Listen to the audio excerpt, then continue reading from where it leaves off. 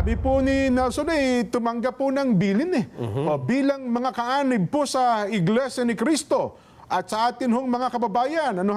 Dahil po dyan, mga kababayan at mga kapatid sa Iglesia, ang mga kapatid po sa Iglesia ay naghahanda, Nelson. Ulitin ko po ang mga kapatid po sa Iglesia ay naghahanda na magsagawa po ng rally. Magsagawa po ng rally upang ipahayag sa lahat ng mga kinauukulan na ang Iglesia ni Cristo ay pabor. Right, Reaction TV page, babalik po. Reaction. Napakaganda po ng pag-uusapan natin ngayon mga ka-reaction. Dito po mga ka-reaction meron po tayong breaking news. Mga ka-reaction Iglesia ni Cristo magsasagawa po ng parang rally para kay Madam Inday Sara para ipahayag nila ang no to impeachment. Totoo kaya to? Totoo kaya? Ito po, pakinggan po natin Sige nga po, sariwain natin ang pahayag ng Pangulo, Nelson. Pakinggan po natin. Panoorin natin.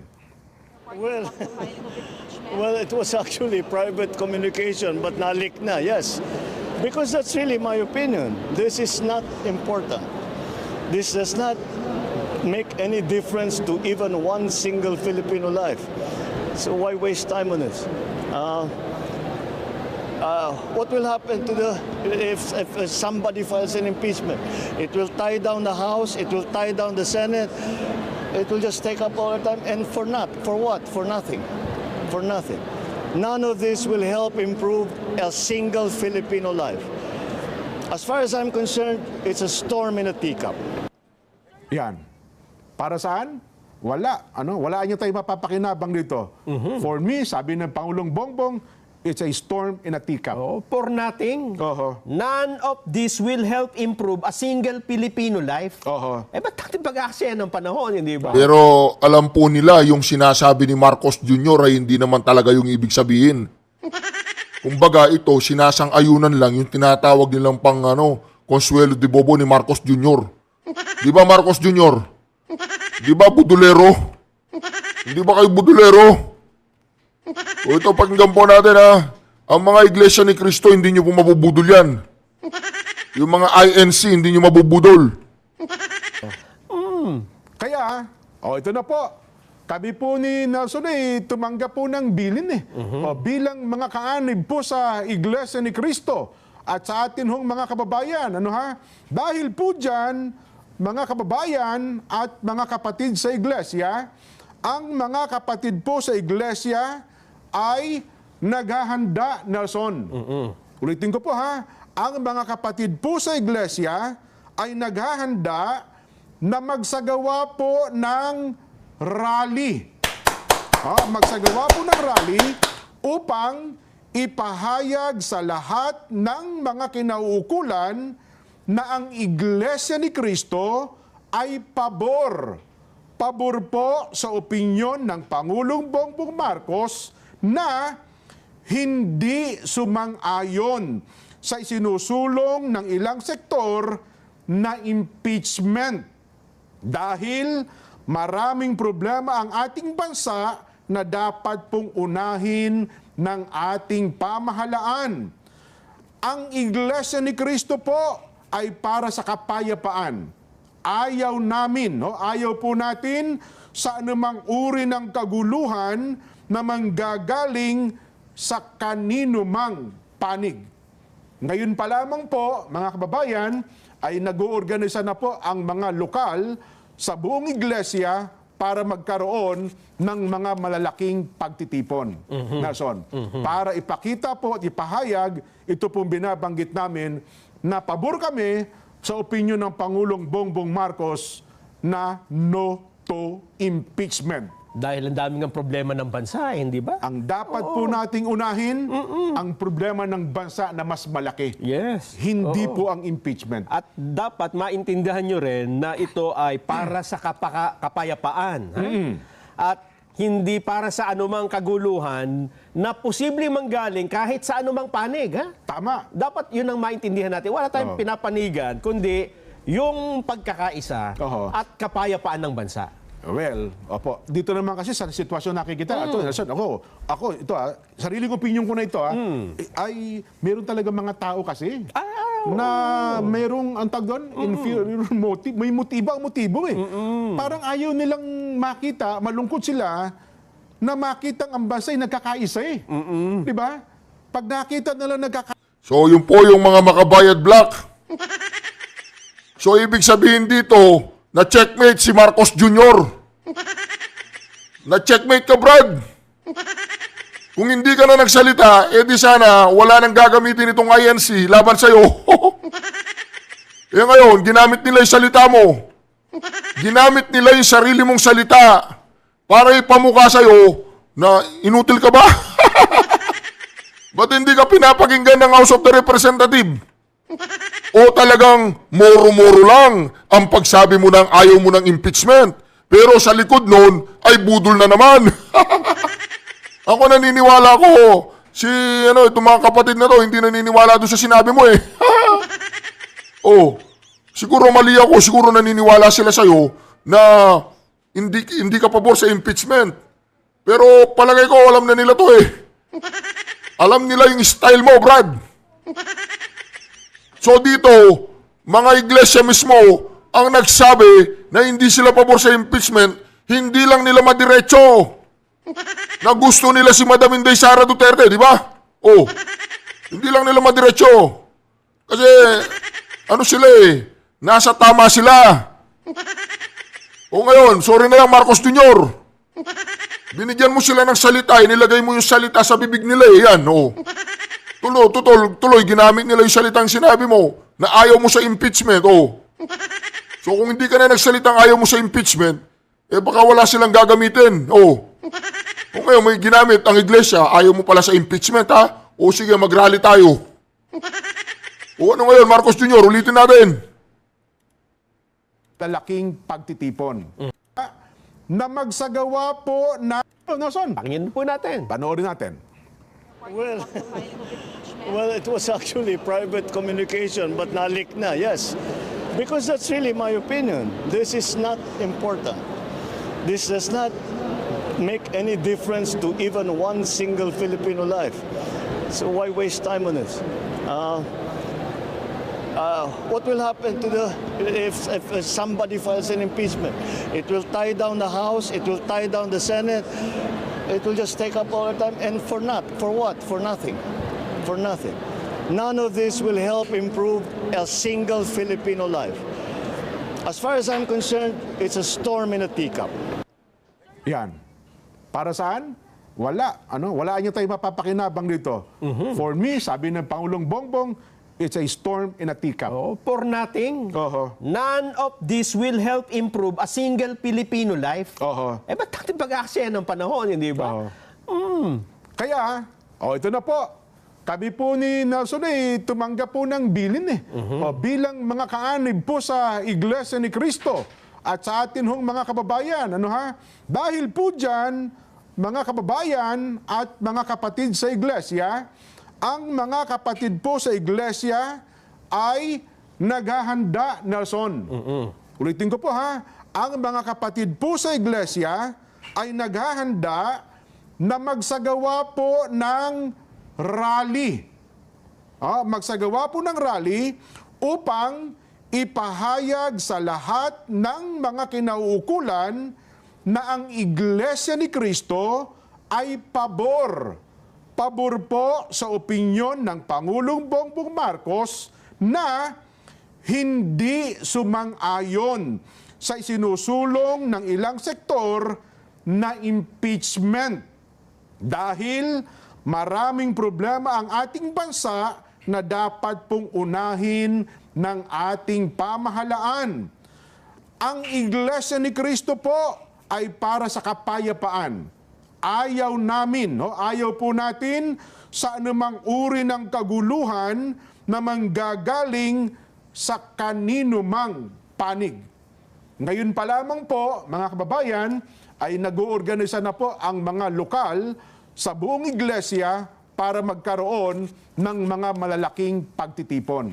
Nason, para ipakita po at ipahayag, ito pong binabanggit namin, na pabor kami sa opinyon ng Pangulong Bongbong Marcos na no to impeachment. Dahil ang daming ang problema ng bansa, hindi ba? Ang dapat po nating unahin, ang problema ng bansa na mas malaki. Yes. Hindi po ang impeachment. At dapat maintindihan nyo rin na ito ay para sa kapayapaan. Ha? At hindi para sa anumang kaguluhan na posibleng manggaling kahit sa anumang panig. Ha? Tama. Dapat yun ang maintindihan natin. Wala tayong pinapanigan, kundi yung pagkakaisa at kapayapaan ng bansa. Well, opo. Dito naman kasi sa sitwasyon nakikita, ito sarili kong opinion ko na ito, ay meron talaga mga tao kasi na merong, ang tawag doon, inferior motive, may motibo eh. Parang ayaw nilang makita, malungkot sila, na makitang ang bansa ay nagkakaisa eh. Di ba? Pag nakita nila nagkakaisang bansa at na sumusulong, humaharap sa problema, parang anong tawag doon? Parang ginigiyagi sa puso nila. Ayaw ko makita ito. Eh hindi po, kami ni Nelson. Naku, ang gusto namin makita ang ating bansa ay nagkakaisa. Di ba? Hinaharap po ang mas malaking problema. Hindi po itong impeachment. Totoo yan. Yan. Para magkaroon na rin tayo ng pagkakataon na harapin talaga. Ano ang problema ng bansa natin? Hindi ba? Ayan. Droga! Araw-araw kayo na sumusubaybay dito. Kabisadong nyo na. Hindi po ba?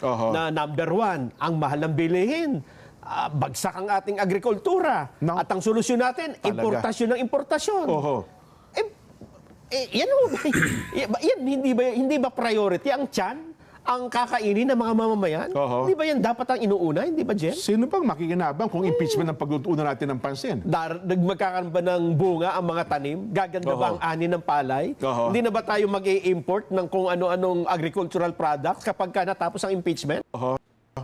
Kaya again sa mga kabubukas lamang na kanilang radyo, ng kanilang telebisyon, at ng kanila po mga social media account, inuulit po namin inuulit po namin kami ni Nelson ay tumanggap na po ng mga tagubilin, at ngayon pa lamang, ang mga kapatid po sa iglesia ay naghahanda na magsagawa ng rally upang ipahayag sa lahat ng kinauukulan na ang Iglesia ni Cristo ay pabor sa opinyon ng Pangulong Marcos na hindi sumang-ayon sa isinusulong ng ilang sektor na impeachment. Gaya na pinanood natin, Nelson, ang Pangulong Bongbong pa ay no to impeachment.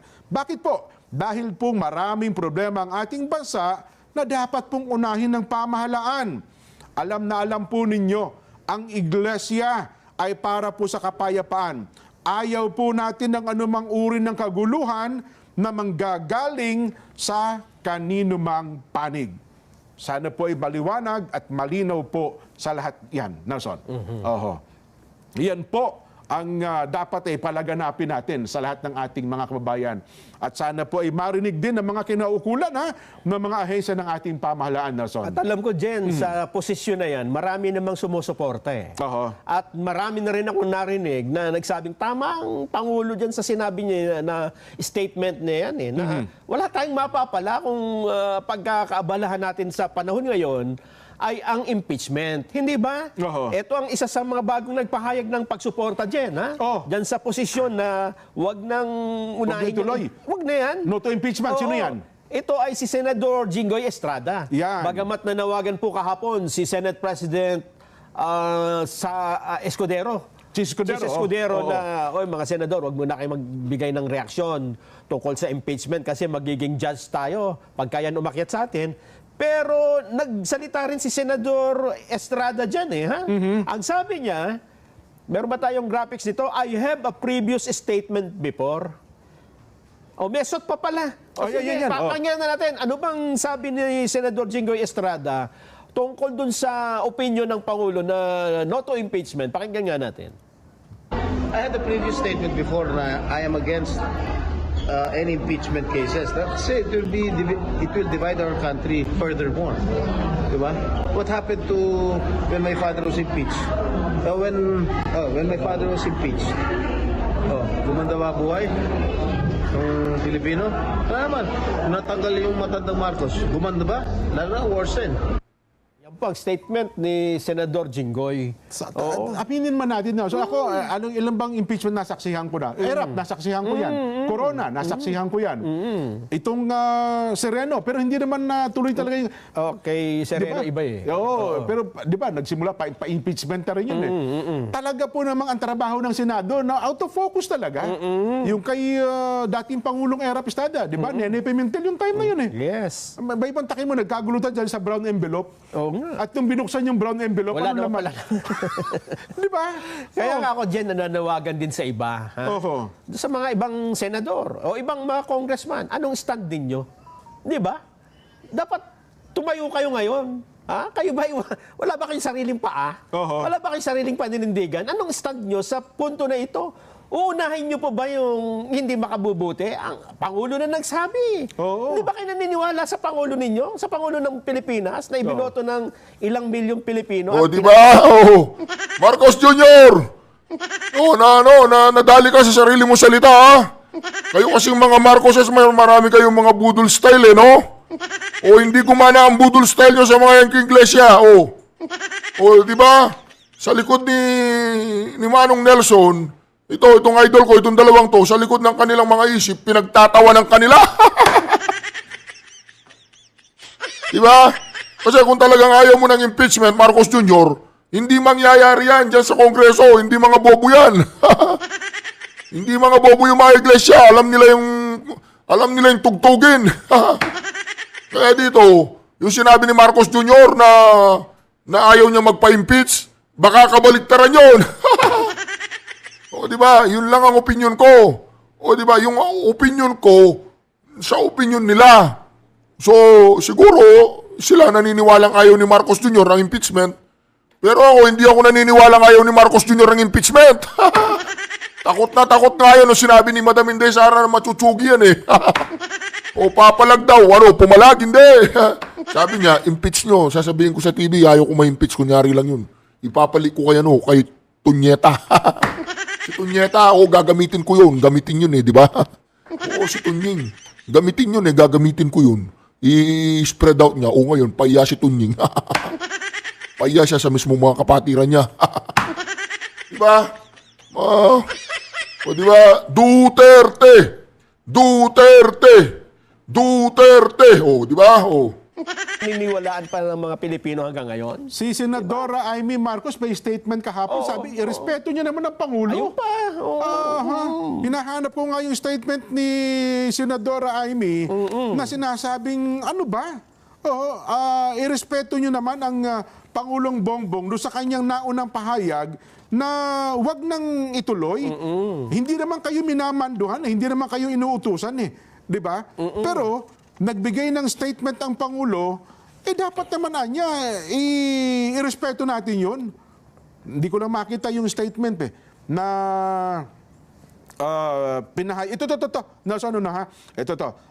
Umaapila po si Senadora Amy Marcos sa mga nagpapa-impeach kay BP Inday Sara, irespeto naman ninyo. Irespeto naman ninyo kahit kaunti si Pangulong Bongbong Marcos. Sa panayam po, sinabi ng presidential sister na mismong ang Pangulo nga, hindi pabor na patalsikin sa pwesto ang Vice Presidente dahil maapektuhan lamang ang trabaho ng mga kongresista at ng mga senador. Hindi rin niya makabubuti at hindi kagaganda ng buhay ng sambayanang Pilipino ang pag-impeach kay BP Sara dahil sangkaterba pa rin po ang problemang mas dapat pagtuunan ng mga mambabatas. Ayon pa po kay Senadora Amy, may sariling mundo kasi. May sariling mundo kasi ang kanyang pinsan, ito pinangalanan ni Senadora Amy, ang kanyang pinsan na si Speaker Martin, kaya may sariling direksyon ang Kamara de Representante. Pinapayuhan po niya ang kanyang pinsan, makinig naman kay Pangulong Marcos at isang tabi muna ang pansarili niyang ambisyon sa 2028 elections. Gayon din ang kanyang galit at hinanakit. Yun. Ang panawagan pa po ni Senadora Amy na ipagdiinan pa ng kanyang direktiba laban sa impeachment ni BP Sara dahil lumilitaw niya na may nangyayaring sabwatan. O kahit kauntian niya, pwede ba irespeto niya naman ng Pangulong Bongbong? Yan po ang statement ni Senadora Amy. Kahapon yata ito, narinig ko at yun ang kanyang binabanggit, Nason. Kaya nga. Diba? Kapuna-puna naman dyan. Ito, napansin ko lang. Ha? Baka napansin din ng mga kababayan natin. Mula nang sabihin ng Pangulong Bongbong yung what will happen if somebody files an impeachment? Oh, ano ang mangyayari kung merong maghahain ng impeachment sa pangalawang Pangulo? Sabi niya, it will tie down the House. It will tie down the House. Ay, tatali yung House. It will tie down the Senate. Kasi yun talagang pagtutunan. Lahat ng Wala trabaho, silang magagawa. lahat ng batas na ginagawa nila, mahihinto yun, Nason. It will just take up all our time. And for what? Oh. For nothing. None of this will help improve a single Filipino life. Mula po nang sabihin niya ng Pangulong Bongbong Marcos, kailan ito sinabi dyan? Kung nagkakamali, Lunes pa ito, Friday eh. Yung no to impeachment. Oo, Parang oo, ganun. oo. Then, last Monday, ano lang yun? Monday lang. Hindi, bago... Tama, Monday. Monday. Monday. Kasi Tuesday lang yun. nag-file. Oo, yes. tama. Oo. Monday. 3 araw na eh. Monday, Tuesday, Wednesday. May narinig na ba kayo na congressman na nagsabing tama yung Pangulo eh? Tama, wala kaming magagawa. Hindi ba? Meron na ba sa nagsabing, oo nga, dapat nga hindi na natin ituloy yung impeachment na yan kasi respetuhin natin ang opinion ng presidente. Presidente natin yan eh. Mukhang, ikaw ba, may nagsabi, ang narinig natin sa mga senador. Yan, oo. Senador Amy, Senador Jinggoy. Pero sa House of Representatives, kapuna-puna, kapansin-pansin, ang tahimik nyo dyan. Ang narinig ko nung isang araw, Nelson, parang yung young guns ay lumabas. Ang sabi nila, walang pinag-uusapan ang House leadership. Hindi po kasama sa kanilang agenda. Kaya nga. Aywan ko po hindi daw kasama sa kanilang agenda ang impeachment. Paano magkaka-agenda? Yung sinabi niya, wala pa nagpapile. Pero ngayon nga po, sa kabila ng sinasabi nilang yan, mukhang yung Makabayan Black. Ano ba ibig sabihin nun? Pangalawang filing na nga ngayon eh. Ha? At ang tanong kasi dyan, anong masasabi nyo? At tinatanong sila, anong masasabi nyo dun sa pahayag ng Pangulo? Iniba niya yung usapan eh. Wala sa agenda. Pero kung tanungin ka, tama ba yung sinabi ng Pangulo? Suportado mo rin ba yun? Hindi, ako bilang siguro dapat maglabas ng pahayag si Speaker Martin. Yan nga, siya nga hinihintay. Maaaring sabihin niya, mga Makabayan Black, kayo, miyembro kayo ng Kongreso. Kasi kung nananahimik siya, ang ibig mo sabihin ay binibigyan niya ng go signal itong mga ito. Ayun nga ang basa ng mga kasama niya. Ayun na nga. Kasi tinan mo, ang tahimik nila lahat eh, di ba? Wala akong nagsalita nang nagsabi, nire-respeto namin yung opinion ng Pangulo o sumalungat man lang nagsabi, pero trabaho namin, dapat itutuloy namin. Wala na ganun eh. At wala na nagsabing, hindi na nga namin itutuloy kasi tama, matatali tayo sa trabaho na wala namang magiging mapapala ang mga Walang Pilipino. katuturan, yun, no? Yes. Walang, sabi niya, walang kakwenta-kwentang hakbang. At alam mo ba, Jen, filing pa lang ngayon ng impeachment complaint, halos nagkakagulo na dun sa House of Representatives eh. Ayan, no? Mga miyembro ho ng bagong alyansa Makabayan at iba pa, nagtitipon-tipon din, nagsisisigaw na dun eh. So, talagang walang mangyayari sa bansa natin. Mukhang nakapasok sila doon sa loob ng di ba, session hall eh. Yun pa. Hindi ba? Kaya dapat talaga may mga tumayo dito sa panig ng pagkakaisa at ng kapayapaan at sa kapakanan ng mga mamamayan. Yun na nga. Kaya yun po ang mangyayari. Kami po ni Nelson, bilang kaanib sa Iglesia ni Cristo, mukhang kasama na po doon sa sinasabi natin na nag-oorganisa na ng mga malalaking pagkilos sa iba't ibang lugar para po isagawa ang rallying ito, Nelson. Rally po ito para suportahan, Nelson, para tayo ipahayag ang pagpabor natin sa pahayag ng Pangulo na no to impeachment. Liwanagin po natin yung bagay na yan, ha? At tayo ay hindi sumasang-ayon Sana makaguluhan. Kahit kanino pa man ito manggaling. Hindi ba? Totoo. So sana po maliwanag yan, ano? Do sa ating mga taga-subaybay at mga kapatid na nanonood ngayon sa atin, ano ha? Baka sabihin nila, Jen Nelson, wala pa kami. Kung nasa malalayong lugar po kayo, malamang darating din po sa inyo yung bili na yan. Ano ha? Do sa ating mga taga-subaybay. So yun po. Basta tayo ng mga reaksyon, Nelson. Reaksyon tayo. Alright, malinaw po yun, malinaw ha. So, naiintindihan po ng iglesia, ang iglesia na talagang hindi po katanggap-tanggap ang ginagawa ng mga Makabayad Black. Yung po mga teroristang NPA, mga supporter nila yan o mga legal front nila yan. So, nakapasok na daw yung sa Kongreso. Alaga mo ba yan, mga tambaluslos? Alaga mo sila? Alaga mo? O alaga mo na maayos yan ha? Tingnan natin kung hanggang saan sila makakarating. Anyway, mga ka-reaksyon, i-share po ninyo ang video na to, ha? I-share ninyo ang video na to para kumalat, para mag-viral, marinig lahat, ha? Sumama po tayo sa mga kapatiran na to, na no to impeachment. Oh, yes to BP Sara, no to impeachment. Alright, syukran.